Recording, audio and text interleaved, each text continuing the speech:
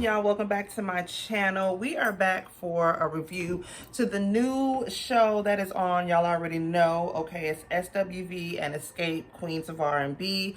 This I'm gonna do because the second episode aired last night, so I'm just gonna do a recap of both episode 1 and episode 2. Just gonna put it all together so that way I can be caught up with everything. Okay, y'all already know how everything goes. Make sure you like, comment, subscribing, and share my stuff out if you care. Okay, now I don't want to make this review too long. Hopefully it won't be too long. I say that, and a lot of times I'll be on time with my time when I say that, but I will admit, okay, I didn't know if I wanted to, oh shit, knock my shit over. I didn't know if I wanted to review it at first. At first I was, interested in it. I wanted to review this because I love SWV, and I figured there would be some sort of drama with Xscape, because if you know, if you are a long time Xscape fan, you already know. Just like SWV, but they grown. They done got past they drama. Like they said, they in their 50s. They just trying to make money. But after I watched the first episode, I was like, this looked pretty interesting. Looked like something I can get into. And then after last night's episode again, I was like, oh yeah, I'm gonna go ahead and just get caught up with it because I ain't too many episodes behind. Okay, so I'm gonna just break down what the premises of the show is. Again, I'm gonna just start with episode 1. We're gonna go into episode 2 and we're gonna be all caught up. Okay, so the first episode was called Let's Make History, and it starts off with the recap basically of both the ladies' careers. Now, first of all, I just want to apologize for that sun that's back there in the back. I'm trying to block it so you can't really see it too much, but if you see it, sorry. Okay, it's a recap of the girls' career. Xscape. Hold on, I'm just realizing, let me turn this extra light on because bitch, I can't see. Okay, my bad, girl, knowing damn well I'm blind as hell. I don't know why the hell I had that goddamn light on, bitch. You tried it, you guessing. But okay, like I said, we start off with Xscape. Okay, they're just giving a recap of their career. They came out in '92, all of them from College Park, Atlanta. They sold platinum albums, toured around the world, whoop-de-whoop, yada, yada, yada. But of course, with big, what they say comes with fame comes attitude and drama, this, that, and the other. They end up breaking up in '99. Fast forward, Candy says in 2017, somebody tried to steal the rights to their life and make a movie off of it or make a show or whatnot, which we later find out, thanks to Candy, it was Carlos King. They decided to, get back together, try to make something pop off, and that's when they end up doing the verses with SWV, right? So then we get to SWV, short for Sisters with Voices. They was the baby, when I tell you SWV had all the females rocking the combat boots back from the 90s to the 2000s to this day, combat boots, SWV was the one that got those popping like that. The long nails, aside from Flojo, of course, but Coco was the one that was rocking them long ass nails with the glasses and all that. But my favorite in the group was Taj. I always liked Taj and Lily too, because you remember SWV had a show years ago and Lily was funny on that day. I didn't even know she was as funny as she was until they had their own reality show. But ever since then, them was my girls. So they got to talking about their career. Like I said, they from the Bronx, someone from Brooklyn, came out in '91. They have sold 30 million records, okay, gone around the world. But Taj said that their group of 3 turned to a group of 4, with the 4th member being Coco's ego. Okay, they ended up breaking up in '98, but they realized after Coco tried to do her solo album or whatnot, they realized that they're better together than apart. So that's when they decided to get back together. Since they've been back together, they have been touring around the world, just making money, still selling out shows. Then they end up getting a call from Versus and, going against Xscape. And so this is to where we are now. They're hoping to keep going on this wave, on this momentum, and hopefully do a tour with the both of them. Okay, that's the whole point of this show. All right, that's the whole catch up of that. So we got Candy in the studio, child, with recording their legs and hips and body. Every time I hear that song, child, I think of Tim, Big Booty Judy Norman. I think of Tim every time I hear legs and hips and body. Because, baby, when I tell you that nigga that's thicker than a snook off, every time I think of that song, I think about him. But she's up in the studio. She's saying that she wants to remix. Girl, you might as well. You know Candy will make a song in a goddamn heartbeat. That bitch will make a song out of anything. Jimmy Crack Corn and I Don't Care. Lil Red Rotten, she don't give a shit. She gonna make a song out of it. If it's a song to be made, Candy gonna goddamn make it, okay? Tamika and Tiny end up coming into the studio, whatnot. Now, Tamika tells them that Tasha ain't coming, okay? They have not talked since their show that they had in Vegas. I think this is like over a year ago or whatnot. I don't know. Of course, Tiny is laughing because the shit is funny to her. It's a whole bunch of goddamn bullshit, dumbass goddamn drama, and Tiny is laughing at it. Tiny would be me. Y'all would be mad at me if I was a band member. I don't give a shit, though. When it's funny, I'm gonna goddamn laugh. Now, the producers asked Tamika what happened. Tamika says that Tiny and Tasha shared a room. Candy and Tamika shared a dressing room. During the middle of their concert, somebody started, busting caps up in the club. They had to stop in the middle of their concert and be rushed off stage. Now, Tasha and Tiny were able to get into their dressing room, but Tamika and Candy were not. They were stuck out their dressing room for a whole hour. Mind you now, they was pow-powing upside out the club. Now, outside the dressing, wherever the hell they was at. Tamika says Tasha walks by her with all her little entourage, don't even check on her, and just keep right on going like ain't nothing goddamn happened. So that, of course, pisses Tamika off. Tamika ends up sending a group text, not only to the ladies of Xscape, but to everybody that was there, producers and backup dancers and bitch, the water boy, everybody that walked past us, and when we was locked out of our dressing room, you can kiss my goddamn ass. So then Tasha reads it. Tasha gets pissed off and was like, oh, no, bitch, you can kiss my goddamn ass. And know what you talking about for you send out these goddamn text messages.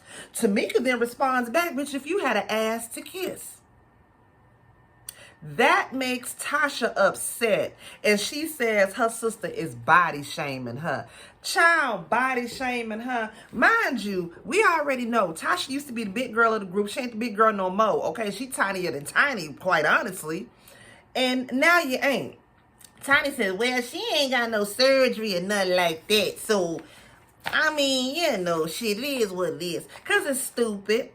And girl, if you want some ass, go and buy it. Like Tamika said, everybody knows, hell, me, Tiny, and Candy, we all done had goddamn surgery, okay? You ain't happy with you, go do something goddamn about it. And it's stupid. I just feel like she's looking for a reason to be mad at her sister. It's goddamn stupid. So they end up getting into it over that, some old, dumbass shit. And so since then, they have not been talking. SWV is at rehearsal. Of course, they're singing I'm So Into You. They still sound good as hell. They still up there performing.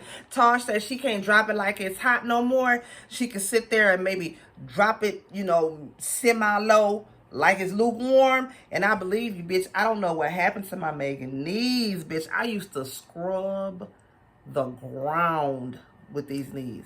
Bitch, I used to pop, lock, and drop. I used to cry, baby. I used to walk it like a dog. But now, girl, bitch, I wish I knock my whole goddamn kneecap out of place. I wish the fuck I would. Child, now, they, of course, are down to do the tour. But like they say, hopefully, Xscape can get their shit together. Because like all three ladies of SWV are saying, we've had our issues when we were older. Now, when we were younger. Now that we older, we trying to get to that money. Ain't nobody got time for this dumbass, petty ass, back and forth ass shit. We got bills to pay. We got shits to do, okay? Later on, they actually end up going to Johannesburg, Johannesburg, Africa, and performs at a birthday party. Ty said it was a 6.5 figure deal. I said, well, all right. 6.5 figures. Bitch, I wish I would. Later on, Tasha's at home with her husband, Rocky. They've been together for 27 years, okay? Now, question, what happened to the chick that claimed she was his baby mama? The girl that said she was pregnant by him, then she came back and said that she lied. Then she came back and said that she didn't lie. She just disappeared. What had happened with that? Anybody knows what happened with that? Drop that down below and let me know. Child, now, Tasha does let us know that she had a boyfriend at the time that she met Rocky. Rocky came to the boyfriend and was like, I'm just letting you know, we ain't sleeping together now and we haven't chat, but she gonna end up being my girl, so you can just go ahead and up and, you know, leave the studio now. It is what it is.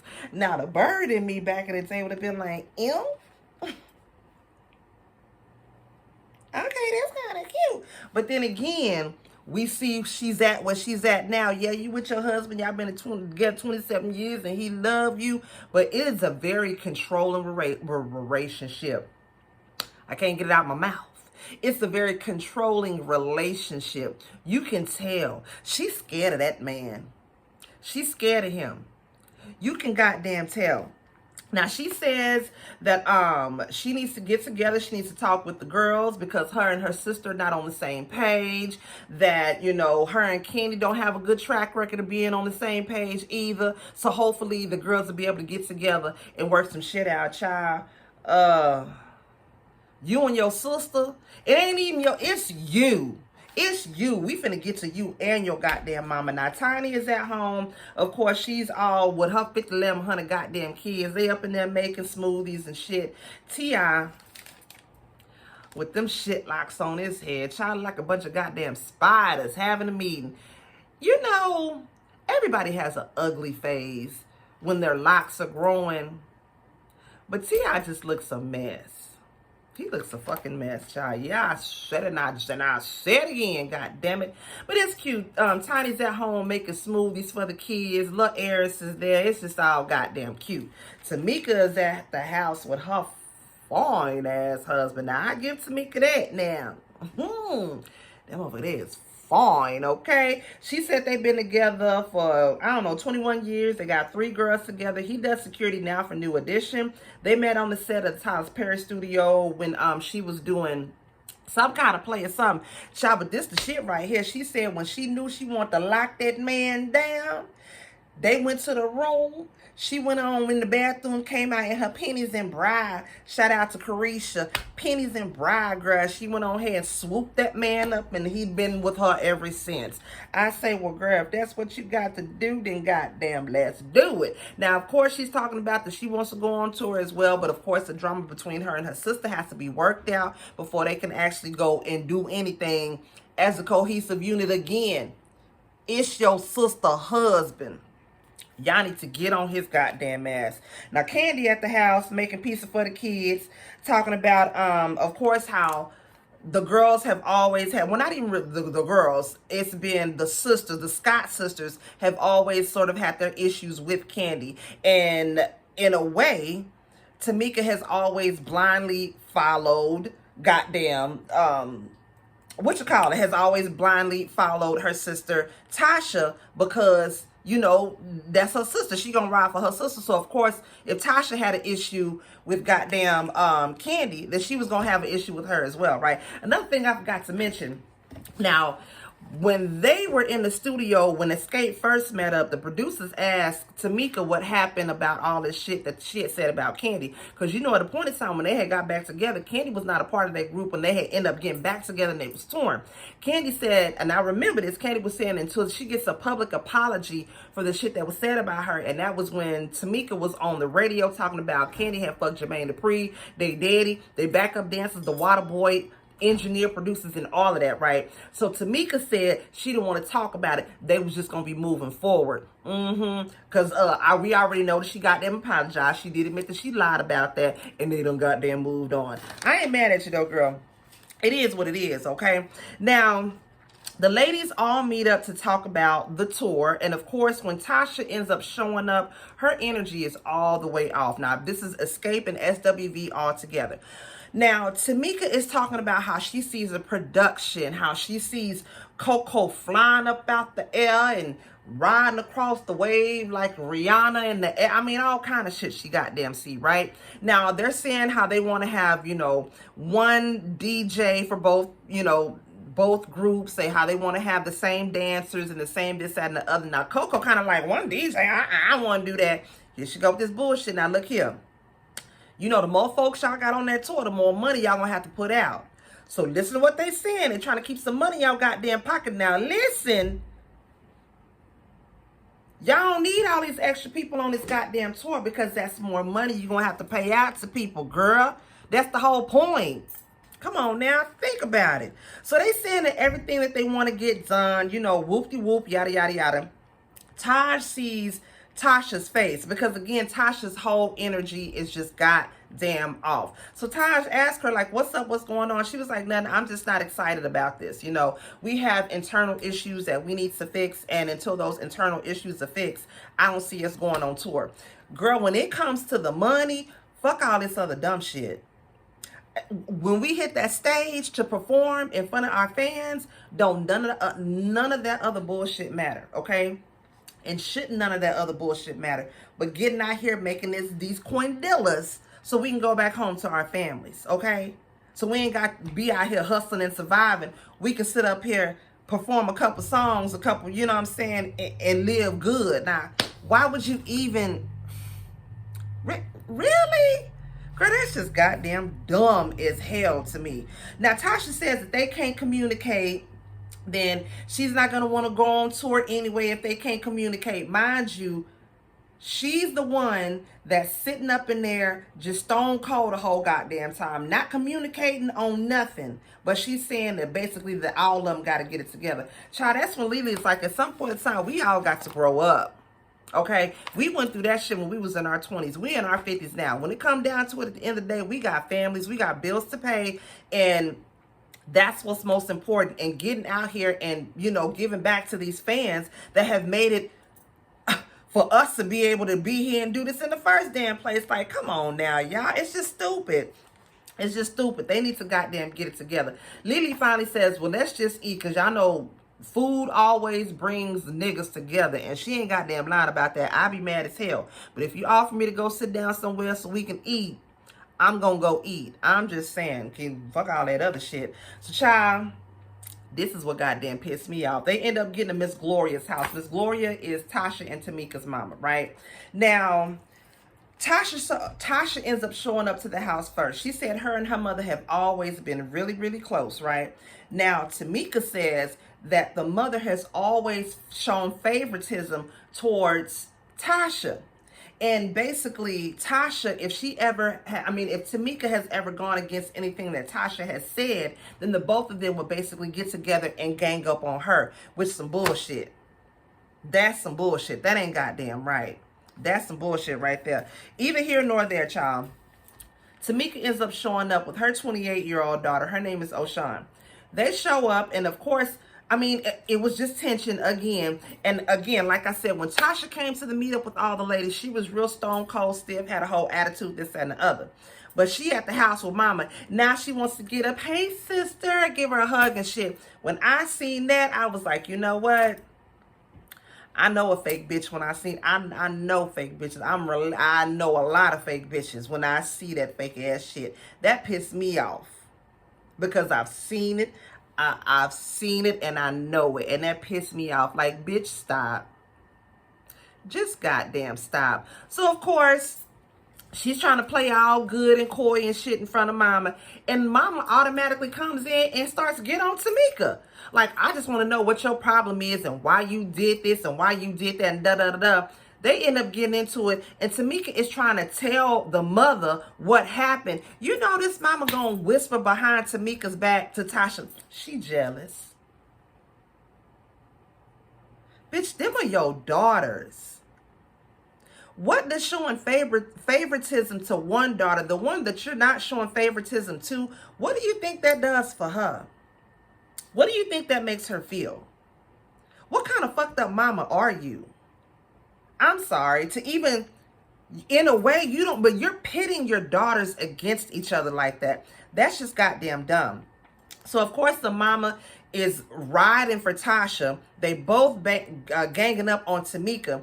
Tamika's finally like, look here, you know what? The fact of the matter is, mama never says nothing. Whenever you are in the wrong, mama just sits there quiet. Like when you stole my money, just like she's sitting there quiet now. Tasha like, what money you talking about? Girl, you ain't got no money to steal. Tamika tells us that Tiny's mother called Tasha, no, let Tamika know that there were some royalty checks that were mailed to them. The royalty checks were mailed to Tasha's address. Come to find out, Tasha and her husband, Rocky, were cashing the checks and putting the checks into Tasha's account to the sum of up to $30,000. Now, Tamika says she was pregnant with her youngest daughter, and her oldest daughter was in college at the time.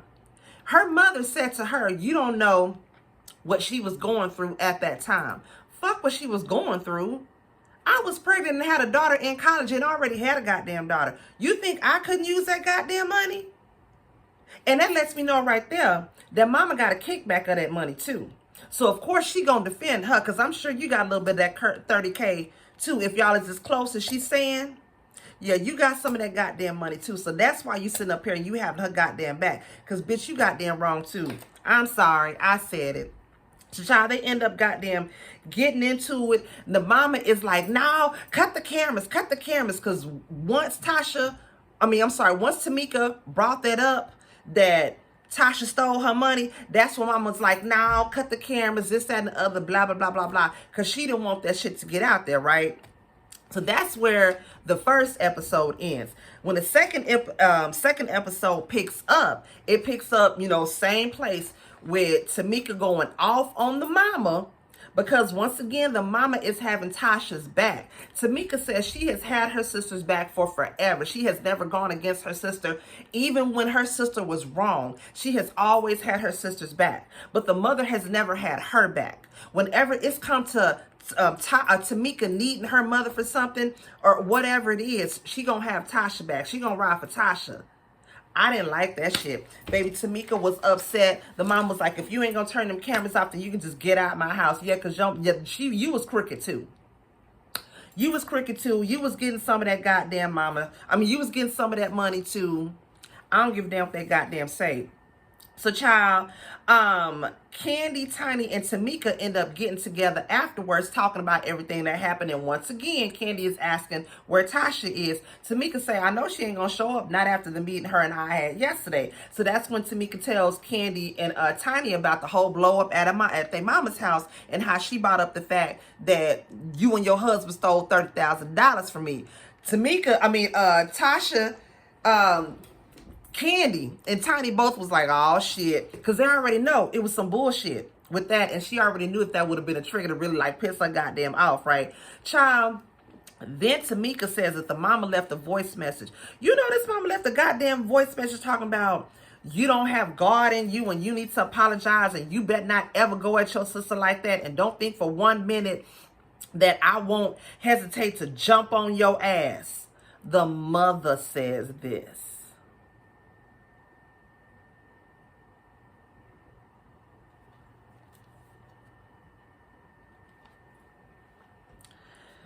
Child, now at the same time, you have Rocky and Tasha talking. Now, Rocky claims that Tamika is a liar and that she's being dramatic. And of course, Tasha's still pissed off because she feels like her sister lied on her. And Rocky is saying, well, how did I get involved in this? And why did she bring me up? Because you was a scam. He gives off scammer vibes. He even got sketchy scammer ass eyes. He got scammer eyebrows. Everything, his ski ball ass head is just sketchy as hell to me. I don't trust a goddamn thing from him. Now, Tamika says she has always had Tasha's back, even when she was wrong. And Candy even says that, again, you don't win against me before on account of your sister, knowing that your goddamn sister was wrong. But Tamika's at a point to where she is sick and tired of having her sister's back if her sister not going to have her back. And I don't even blame her right there. Girl, right there with you, sis. Anyways, Lily gets together with her sister Jeanette. They cooking breakfast. And again, I love Lily. I love her thick ass Bronx accent that she has.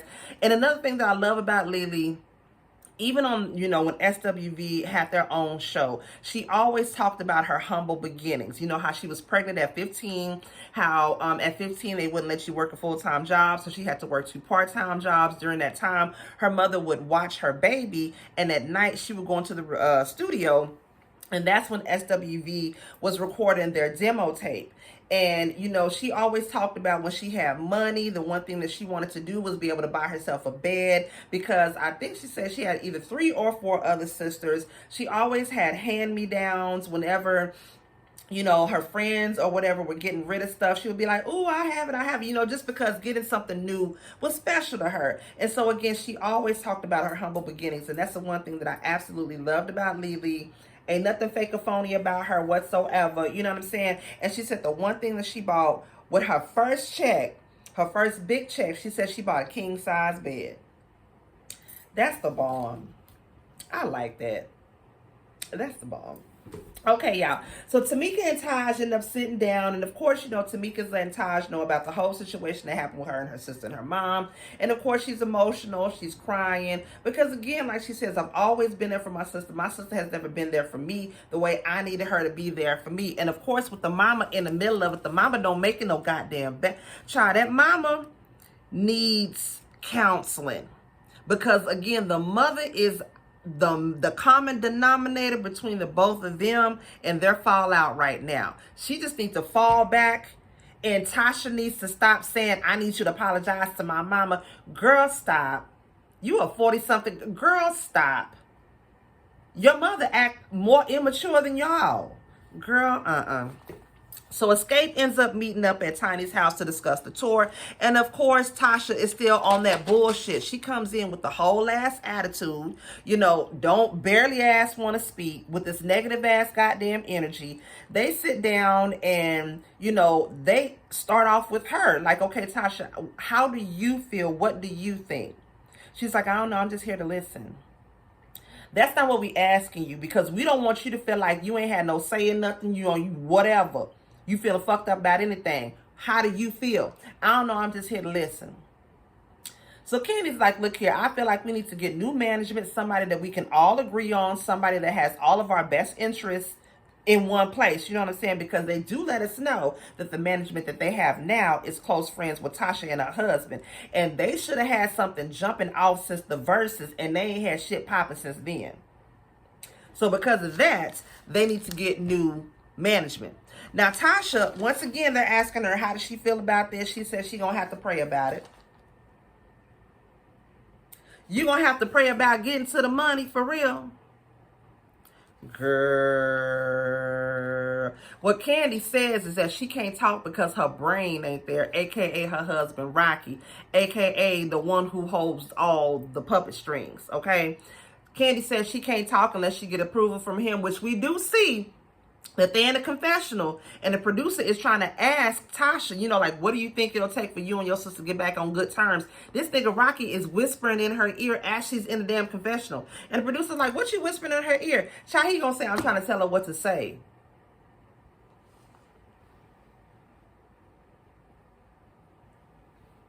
Okay. All right. Whatever it is. Okay. So, Tamika is just basically like, you know, why are you still mad at me? Why are you not talking to me? Tasha's like, nope, we're not finna do this. Not right now. You know, we need to talk until you apologize to my mama. And Tamika's like, Tamika was like, what you mean, my mama? I mean, our mama. You know what I meant to say, our mama. Girl, that was done to me. I don't give a fuck if you say my mama. Shit, we both came out the cooch. I don't give a shit. I say that to my mama. So what? You know it's your mama too. So, Tamika, I'm kind of looking at you saying, like, why would you even get mad about that? You know that's your mama too. I don't know. That's just dumb to me. That's just dumb to me. Anyways, she's just like, you know, we need to talk, and until we talk and we get on the same page, ain't no tour gonna happen, and blah, blah, blah, blah, blah. So she actually gets up in the middle of them talking and just walks out. Candy is like, we are not even really done with the meeting about business. Like, this is supposed to be about business. Why are you talking about this personal shit? It's just dumb to me. So, girl, Tamika ends up walking Tasha out to her car, and she's just like, you know, unless we get on the same page, I could tell y'all no 1,000 times. Like, I don't want to do this until she apologized to mama, and girl, just on some immature, dumbass shit. All the ladies at SWV, they basically going home because they've been on the road for a while. Taj ends up meeting, going back home with her husband, Eddie, and their son, Eric, and they have a cute little moment or whatnot. Coco's with her son and with her mama. Now, her mama is a singer, too. Mama used to sing with Big Luther. Luther the Vandross. That's what I used to call him when I was young. Luther the Vandross. Well, Luther Vandross, child. Big Luther. Not little Luther. Big Luther. Mama used to sing with him back in the day. She still got her old group that she's on and whatnot. So they was talking about that. Candy is in the studio with DJ A1 and her engineer and Todd. And of course, Candy's voice is still beautiful. Candy is still hitting them notes. Okay, you better do the damn thing, Candy. And of course, they're talking about the whole, supposed tour that the lady's supposed to do. Todd spit some truth. Todd is like, y'all need to get down to the roots and the cusp and the crust of what the hell is going on. And Candy's like, it's been so many years, like I couldn't even pinpoint and tell you what the issue is now. And Todd is like, what it is basically you have surpassed her career-wise in life. She was supposed to go solo. Okay, you end up going solo, and you've been making money and at the top of shit since then. She went solo, and her shit flopped, and she ain't went nowhere. And so, aside from y'all already having y'all old beef when y'all was kids, that's something that just really pissed her off. Because she thought she was finna go be solo and do the damn thing, and oops. You the one end up getting offered the solo deal. If y'all haven't seen Candy speak on it, she addressed a lot of things, a lot of damn things, you know what I'm saying? And so she actually ended up getting offered a solo career. Her shit has been skyrocketing ever since. Meanwhile,